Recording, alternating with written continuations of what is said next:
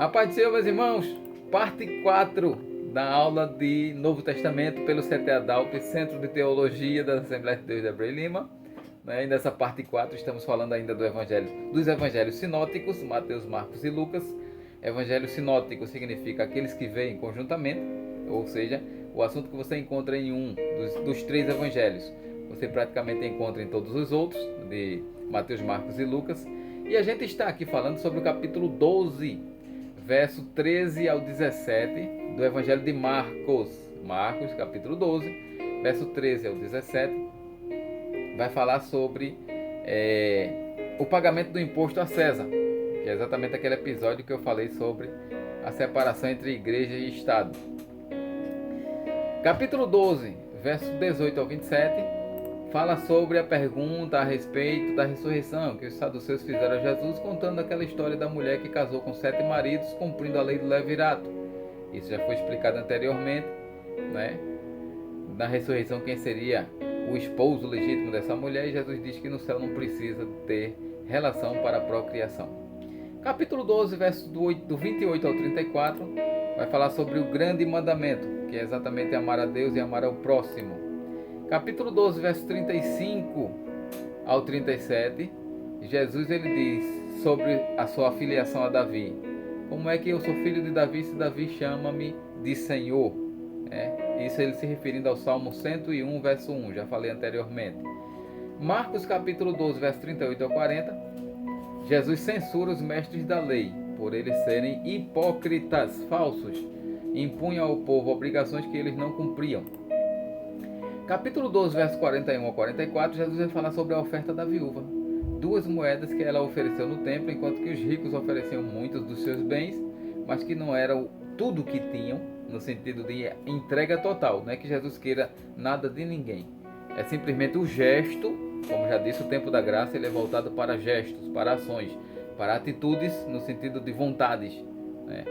Então aquela mulher entregou 2 moedas que ela tinha, e Jesus diz, ela entregou mais do que todos eles, porque ela entregou todo o sustento a Deus, ou seja, é como se ela dissesse, olha Senhor, isso aqui poderia comprar um pão para mim, mas eu vou entregar aqui como um ato de fé, sabendo que o Senhor vai prover todas as coisas. Isso não é bíblico, no sentido de você chegar e pegar todos os seus bens e entregar na igreja, não é isso que o versículo está dizendo. O que Jesus elogiou é exatamente a predisposição daquela mulher de reconhecer Deus como provedor de todas as coisas, como merecedor de todas as bênçãos, né? Então é nesse sentido.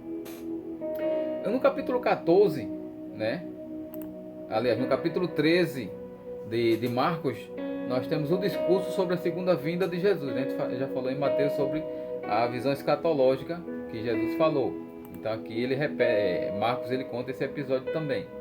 Capítulo 14 de Marcos, temos a trama para matar Jesus, né? Essa trama ela começou a ser mais forte, pelo menos aqui em Marcos, a partir da ressurreição de Lázaro. Quando Jesus ressuscita Lázaro lá em Betânia, né? Já cheirava mal e tal. E aí, depois que ressuscitou, quando os líderes religiosos viram muita gente seguir Jesus a partir dali, eles tramaram matar Jesus por inveja, né? Capítulo 14 de Marcos, versos do 3 ao 9, fala sobre Jesus ungido em Betânia, aquele episódio da mulher que despejou o vaso de alabastro em Jesus, uma ceia em Betânia. Ceia no sentido de jantar. Capítulo 14, verso do 1 ao 10, do 10 ao 11, perdão, de Marcos, vai falar sobre o acordo dos líderes religiosos com Judas para atrair Jesus quando a cidade dormisse na calada da noite. Ou seja, devido à popularidade de Jesus, os líderes religiosos não tinham coragem de prender Jesus no meio da multidão, porque eles sabiam que seriam apedrejados. Então, eles preferiram a calada da noite, o momento em que a cidade dormisse, para que ele pudesse prender Jesus. E por isso contaram com a ajuda de Judas, porque exatamente Judas sabia quem era Jesus. Capítulo 14 de Marcos, verso do 12 ao 25, temos a última ceia, que é exatamente a Páscoa que Jesus instituiu a ceia. Do capítulo 14, verso 26 ao 31, ao versículo 66 e 72, temos a história de Pedro negando Jesus. Então, diante do julgamento de Jesus, Pedro ele foi questionado por 3 vezes e assim negou Jesus todas as 3 vezes. Capítulo 14, verso do 32 ao 42, temos a agonia no Getsemane, Jesus sofrendo ali, tendo o seu suor transformado em grandes gotas de sangue. Capítulo 14 de Marcos, verso 43 ao 52, Jesus é traído e preso, traído por Judas e preso. Capítulo 14, do 53 ao capítulo 15, verso 20, temos o julgamento de Jesus. Já falei anteriormente sobre as etapas desse julgamento de Jesus.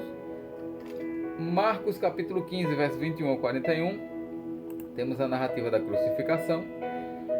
Do capítulo 15, verso 42 ao 47, temos a narrativa do sepultamento de Jesus. A partir do capítulo 16 de Marcos, verso 1 ao 8, temos a história das mulheres que visitaram Jesus. Jesus apresenta-se às mulheres e diz: olha, avisa os meus discípulos e a Pedro, é um recado específico para Pedro, de que eu estarei lá em Jerusalém. Então aqui há depois da traição de Pedro, ele se entristeceu de tal forma que Jesus ele marcou esse encontro com Pedro para restaurá-lo. Capítulo 16 de Marcos, verso 9 ao 11, Jesus aparece especificamente a Maria Madalena. Sabemos que várias mulheres visitaram o túmulo de Jesus, mas esse encontro aqui foi específico com Maria Madalena, né? Temos no capítulo 16 de Marcos, verso 14 ao 18, Jesus aparece aos 11. Na realidade, a gente usa o termo 11, mas num desses encontros Judas não estava, né? Então só tinham 10 realmente. Depois é que Jesus se encontra novamente com os 11 e mostra a Tomé, perdão, Judas não, Tomé. É porque já é o quarto vídeo seguido, eu estou meio cansado. Os irmãos me compreendem. No primeiro encontro, Tomé não estava entre os discípulos, então eram 10 discípulos. Depois, no segundo episódio, Jesus aparece aos 11 e Tomé estava entre eles e Jesus se apresenta a Tomé, mandando ele, toca nas minhas feridas, enfim. Capítulo 16 de Marcos, verso 19 ao 20, a gente tem a ascensão de Jesus, ou seja, a subida de Jesus aos céus, né? Então, nesse sentido, temos essa ascensão de Jesus segundo o Evangelho de Marcos, e é um detalhezinho no Evangelho de Marcos. A observação, está na apostila. Os versículos 9 a 20 do capítulo 16 de Marcos são conhecidos como a conclusão longa. São aceitos desde os primeiros dias da igreja, mesmo não constando em alguns manuscritos. São aceitos pela hipótese de que nos originais pode ter ocorrido a perda da última folha, onde devia constar os versículos de 9 a 26 do capítulo 16 de Marcos. Ou seja, em alguns originais foram encontrados até o versículo 8 do capítulo 16. Do 9 em diante não acharam, porém, desde o tempo da época da igreja, convencionou-se de que possa ter se perdido a última folha desse livro que continha exatamente essa conclusão. Como a cultura judaica ela é de tradição, é passada de pai para filho, aí a igreja aceitou plenamente essa conclusão como fazendo parte dos originais. Agora a gente entra no Evangelho de Lucas. Lucas, ele foi direcionado aos gregos. Lucas não foi discípulo de Jesus. O Evangelho de Lucas, ele foi fruto de muita pesquisa, né? Lucas escreveu o Evangelho de Lucas e o livro de Atos dos Apóstolos, endereçado a um líder chamado Teófilo. Acredita que seja alguém muito importante no Império Romano, né? Então, nesse sentido, ele foi escrito para os gregos. E Lucas ele vai dar mais ênfase às mulheres e às crianças no seu evangelho. Lembrando que Lucas era médico, né? Então, nesse sentido, ele sempre tem esse lado mais humanitário, né? E o foco de Lucas foi exatamente apresentar essa humanidade de Jesus, essa compaixão que Jesus tinha pelos mais oprimidos. Capítulo 1 de Lucas. Vamos iniciar o evangelho para ver se a gente encerra nesse vídeo. É o quarto vídeo, né? Capítulo 1, verso 1 ao 4, fala sobre a introdução de como e para quem foi escrito o evangelho de Lucas. É lá que você vai encontrar que foi escrito a Teófilo. Capítulo 1, verso do 5 ao 80, vai falar sobre o nascimento de João Batista, primo de Jesus, né? Sendo que do capítulo 1, verso 5 ao 25, o anjo anuncia a Zacarias a concepção de Isabel, que era estéril, por incrível que pareça, né? Isso estava profetizado, o nascimento de João Batista, em Isaías 40, verso 3 e Malaquias 3, verso 1, que fala sobre a voz do que clama no deserto e alguém que viria preparar o caminho para o Senhor, né? Zacarias não creu e ficou mudo até o nascimento de João Batista. Naquele episódio, na hora de botar o nome do menino, alguém queria colocar o nome de Zacarias. E Zacarias escreve no chão o nome João, e a partir de então a língua dele fica solta e ele diz: o nome do menino é João. Capítulo 1 de Lucas, verso 26 ao 38, temos o anúncio do anjo Gabriel a Maria, né? Isso lembrando que Maria, todas as famílias esperavam a vinda do Messias, mas esse cumprimento veio na família pobre de Maria, né? Quase 1000 anos depois de Davi, ou seja, vinha um descendente da linhagem de Davi, e quase 1000 anos depois isso se cumpre em Maria. Capítulo 1, verso 39 a 56 de Lucas, Maria visita Isabel na região montanhosa de Judá.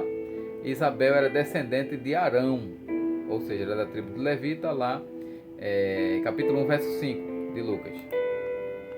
Capítulo 1, verso 57 ao 80, temos a história do nascimento de João Batista, que é como eu já falei, né? Isabel era estéril, concebeu, João Batista nasceu, e na hora de dar o nome, aí é quando a língua de Zacarias se desprende e ele consegue falar novamente. Havia se prendido porque ele não havia crido na palavra do anjo. Capítulo 2 de Lucas, verso 1 ao 38, temos o episódio do nascimento de Jesus. A profecia era que ele nasceria em Belém, segundo Miqueias, verso 5, capítulo 5, verso do 2 ao 5, né, que fala sobre Belém Efrata. Lembrando que Efrata era o mesmo nome de Belém nos dias de Jacó, por isso Belém Efrata, né? Lembrando que isso aí obrigou, um censo foi exigido, né, pelas lideranças romanas no sentido de recolher impostos, né? E nesse sentido obrigou José e Maria. Maria estava separada para casar com José, né?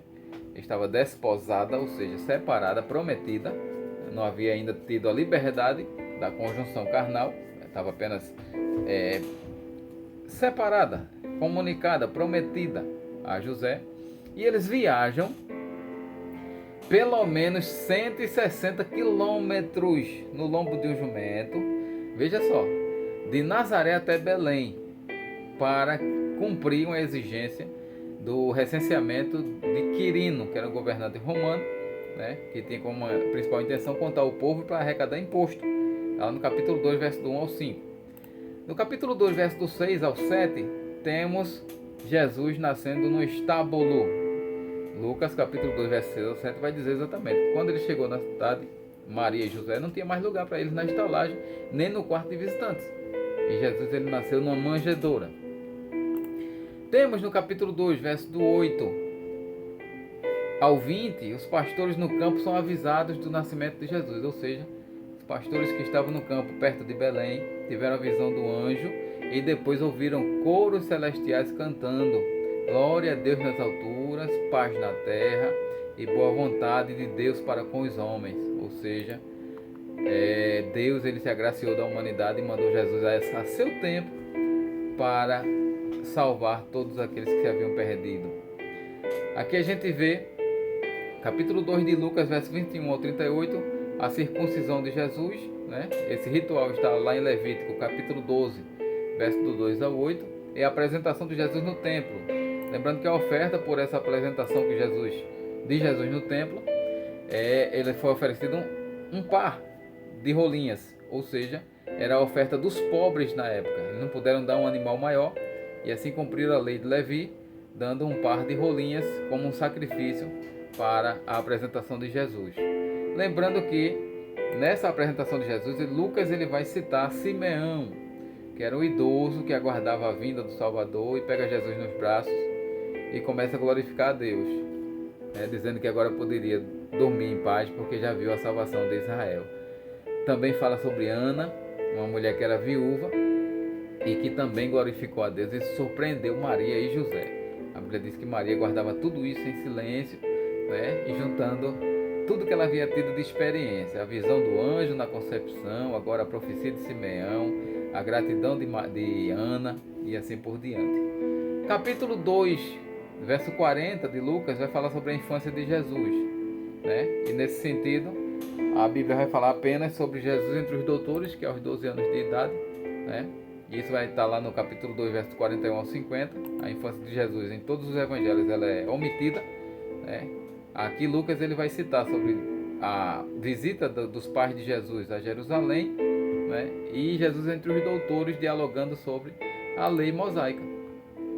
Quando? Do retorno, Maria procura Jesus, não acha. Quando volta para Jerusalém, encontra ele no templo e a pergunta é: olha, eu e seu pai estavam preocupados com você.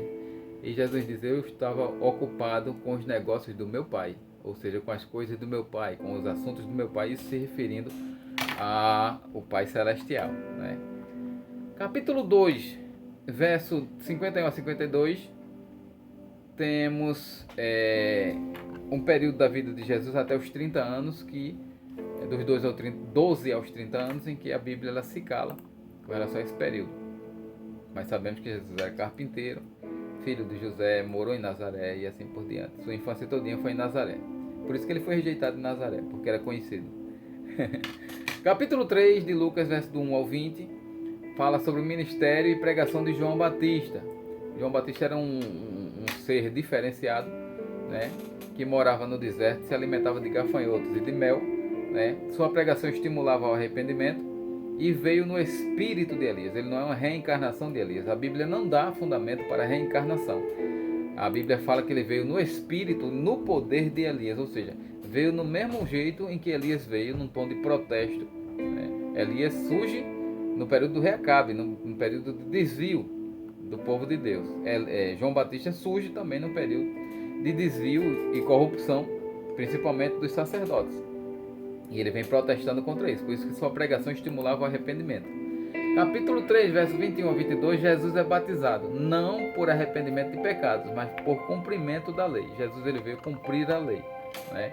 Assim como Jesus foi crucificado não pelos seus pecados, mas pelos pecados de toda a humanidade. Ele veio tomar o nosso lugar. Capítulo 3 de Lucas, verso 23 ao 28, vai falar sobre a genealogia de Jesus, voltada para o lado materno. Lembrando, né? Mateus do lado paterno, Lucas do lado materno.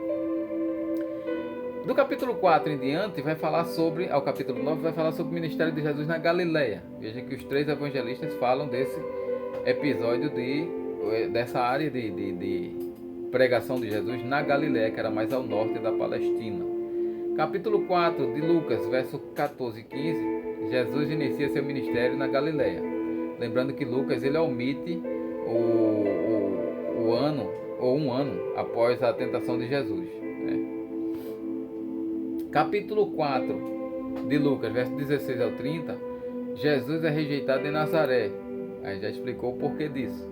Capítulo 4 de Lucas, 31 e 37, fala sobre a cura do endemoniado. Mais uma vez, Jesus ele demonstrando seu poder, sua autoridade sobre os principados e potestades. Temos no capítulo 4 de Lucas, verso 38 e 39, a cura da sogra de Pedro. Capítulo 4 de Lucas, 40 a 41, muitos são curados. Capítulo 4 de Lucas, verso 42, fala Jesus orando em um local reservado, solitário, fala da necessidade de orar. Capítulo 4 de Lucas, verso 43 a 44, Jesus e suas viagens por toda a Galileia operando milagres. Capítulo 5 de Lucas, verso do 1 ao 11, fala sobre a chamada de Pedro, Tiago e João, ou seja, os primeiros discípulos. Capítulo 5, verso 12 ao 16 de Lucas, fala sobre a cura de um leproso. Do capítulo 5, verso 17 a 26, a cura de um paralítico. Capítulo 5 de Lucas, verso 27 a 32, o chamado de Mateus ou Levi. Capítulo 5, verso 33 a 39, a pergunta acerca do jejum. Ou seja, a gente já falou sobre vários episódios aqui, são repetidos porque são sinóticos, já falei sobre isso. Capítulo 6, verso do 1 ao 11, a colheita de grãos e cura no sábado, que era o que incomodava a liderança da época de Jesus, que eles eram ritualistas, mas não tinham essência em si mesmos, eram como sepulcros caiados, né? Capítulo 6 de Lucas, verso do 12 ao 19, a escolha dos 12 apóstolos, após Jesus ter passado a noite inteira em oração. Lucas faz questão de destacar isso, né? O capítulo 6 de Lucas, verso 20 ao 26, vai falar sobre as bem-aventuranças, e lá em Mateus é no capítulo 5, né? Capítulo 6, verso 27 ao 38, fala sobre a regra áurea, ou seja, o que você quiser que os outros vos façam, faça você primeiro, né? Temos no capítulo 6 de Lucas, verso 37 ao 42, não julgar o próximo, mas perdoar e ser generoso, né? Aqui diz que o bem transmitido aos outros será devolvida em boa medida, calcada, sacudida e transbordante. Então, é bom fazer o bem para colher nesse retorno tão agigantado assim, né, meus irmãos? Capítulo 6 de Lucas, verso 43 ao 49, fala sobre construir sobre a rocha. Está falando sobre os fundamentos, né? E a gente já falou isso em Mateus.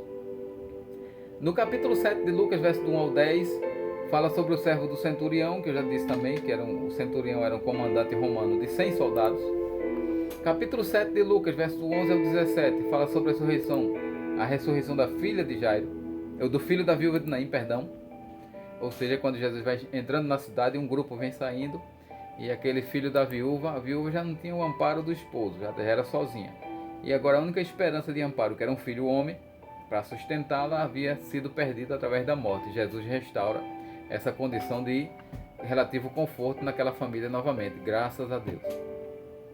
Jesus é socorro bem presente, né? Capítulo 7 de Lucas, verso 18 ao 35, temos os mensageiros da parte de João, né? Capítulo 7 de Lucas, verso 36 ao 50, vai falar sobre a mulher pecadora, né? Que num banquete, na casa de Simão, ela quebrou um vaso de alabastro, ungiu Jesus e chorava aos pés de Jesus com suas lágrimas.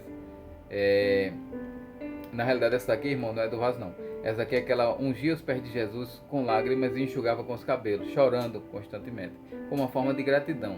E Simão, né, ele critica essa atitude de Jesus, aceitar esse toque dessa mulher, porque na cultura judaica, um homem não podia receber um toque público assim de uma mulher, né? E Jesus, ele compreendendo o estado daquela mulher, ele diz: olha, vou te contar uma história de 2 devedores. Um devia 500 denários e o outro devia 50. Os 2 receberam perdão. Qual dos 2 vai ser mais grato? Aí Simão, ele diz: aquele que mais foi perdoado. Aí Jesus começa a dizer: olha, eu cheguei aqui, tu não me desse água para lavar meus pés. Eu cheguei aqui, tu não me desse óleo para me ungir. Eu cheguei aqui, enfim, tu não me desse um amparo, o ósculo, o beijo tradicional de boas-vindas. Essa mulher está fazendo tudo isso aqui. Então ela é mais grata porque ela se sente mais perdoada, já que é mais pecadora, segundo a sua visão. Então é a lição que Jesus dá àquele camarada que quis criticar Jesus sem entender a essência do ministério de Jesus. Capítulo 8 de Lucas, verso do 1 ao 3, vai falar sobre algumas mulheres que seguiam Jesus e sustentavam o ministério de Jesus, né? Capítulo 8 de Lucas, verso 19 ao 21, vai falar sobre a mãe e os irmãos de Jesus. Capítulo 8, verso 22 ao 25, Jesus acalma a tempestade. Capítulo 8 de Lucas, verso 26 ao 39, é a história do Gerazeno, ou Gadareno endemoniado. São termos aqui que a Bíblia usa quase como similaridade, são locais distintos, lógico, em Decápolis, mas a gente entende sempre como o Gadareno. Temos aqui o capítulo 8, verso 40 ao 56 de Lucas, a ressurreição da filha de Jairo, e é nesse episódio também que há o encontro da mulher do fluxo de sangue. Há 12 anos padecia com essa enfermidade, e Jesus sentiu, sabendo, sondando os corações, um simples toque na orla de suas vestes, e quis tornar público aquele milagre que passaria desapercebido pela multidão. Jesus, ele fez questão de ter aquele encontro com aquela mulher para a salvar, a perdoar, né? Capítulo 9 de Lucas, verso 1 ao 6, fala sobre o envio dos 12 discípulos, naquela condição que a gente já falou em Mateus. Jesus envia os 12 discípulos para testar a fé deles, para que eles andassem por fé e não por vista. Capítulo 9, verso 7 ao 9 de Lucas, temos Herodes fica perplexo se Jesus seria João Batista, ou se havia ressuscitado, ou se era o profeta Elias, se João Batista havia ressuscitado, ou se era o profeta Elias.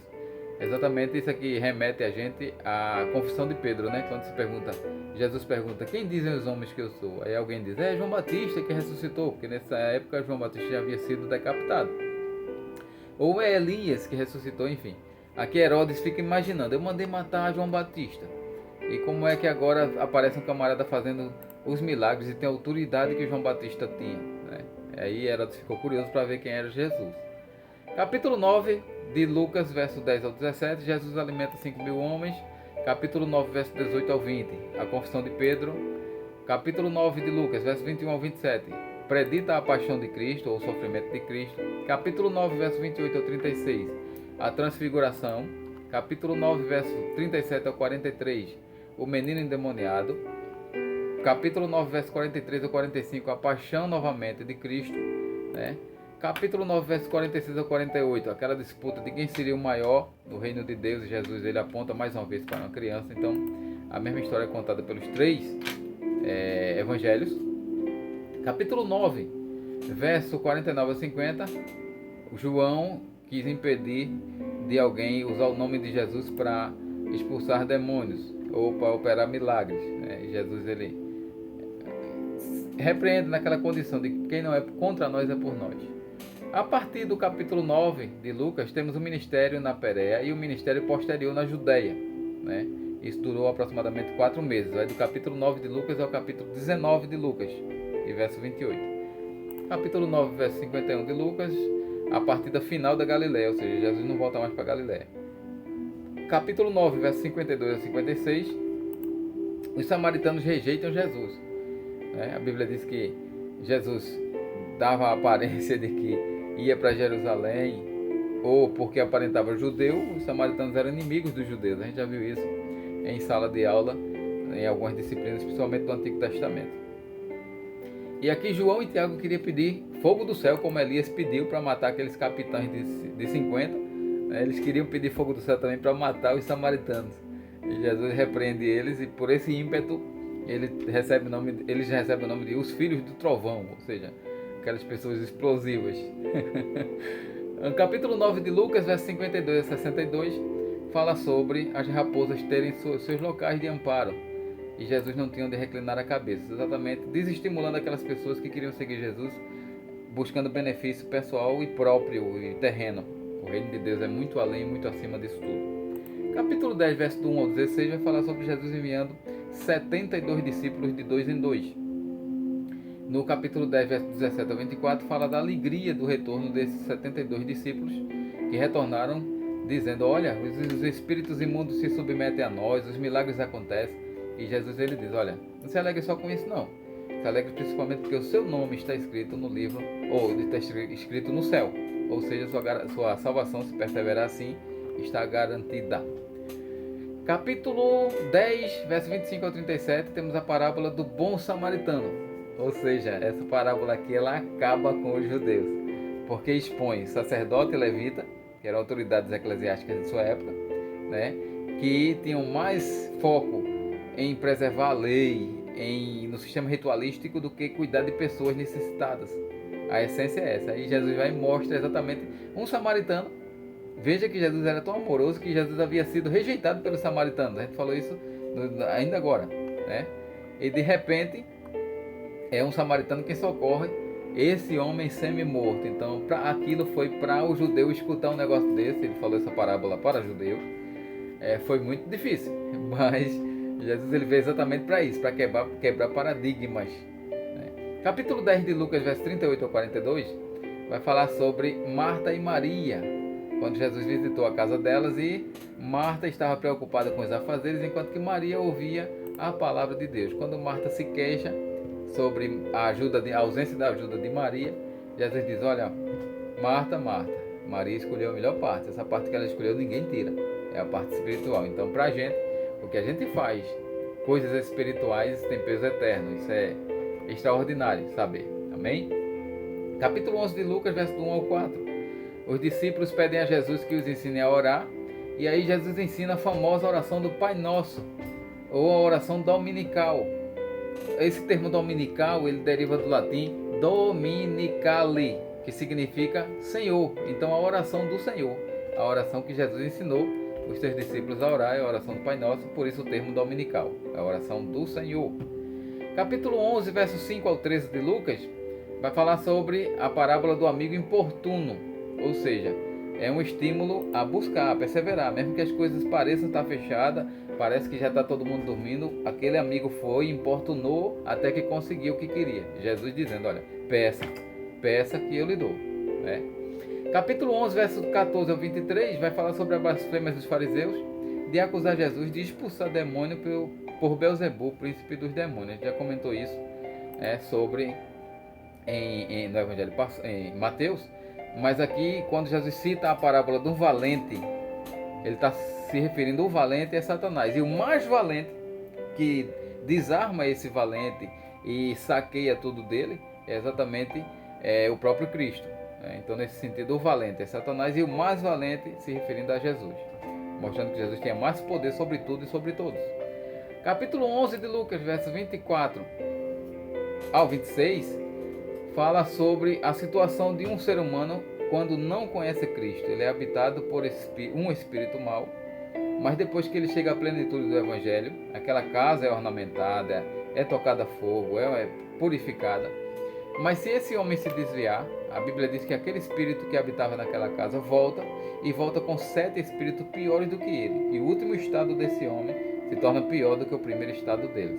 Então, nesse sentido, precisa de cautela para que o ser humano, depois de conhecer Cristo, não se desvie, que a tendência é se tornar muito pior do que era antes. Estamos encerrando aqui esse vídeo, irmãos, porque está fechando os 30 minutos, mas a gente continua a partir do capítulo 11 de Lucas. Pense que nessa aula dos Evangelhos Sinóticos temos 5 vídeos, esse é o 4º. Amém? Graças a Deus, conto com a paciência dos meus irmãos, e é só aguardar agora o vídeo se desligar.